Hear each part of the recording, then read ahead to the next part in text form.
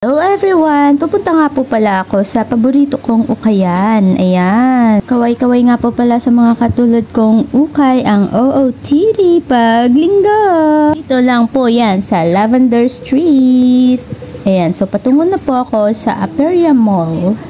Once na nakita nyo po yung Kalang Road dito sa Lavender, tumawid lang po kayo hanggang sa ma-reach nyo po yung Aperia Mall. Yes, mga sissy bells. Marami po talagang pumupunta dito pag linggo. And here we go. Andito na po tayo. As you can see, ang dami po talagang tao dito. Ilang po kasi per love ng mga damit ang mabibili mo rito.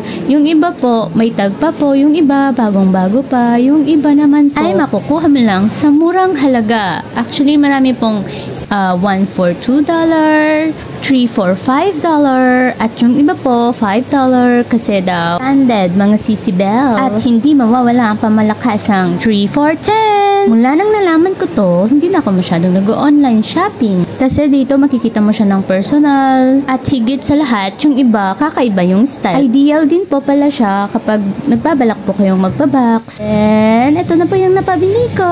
Sobrang saya ko na po dyan kasi marami po akong free na natanggap at ang babait pa po ng tindera. At ito na po yung mga napamili ko. Pag nalabhan na po at ready na, mag-outfit check po tayo for the next video. Thank you for watching. Bye-bye!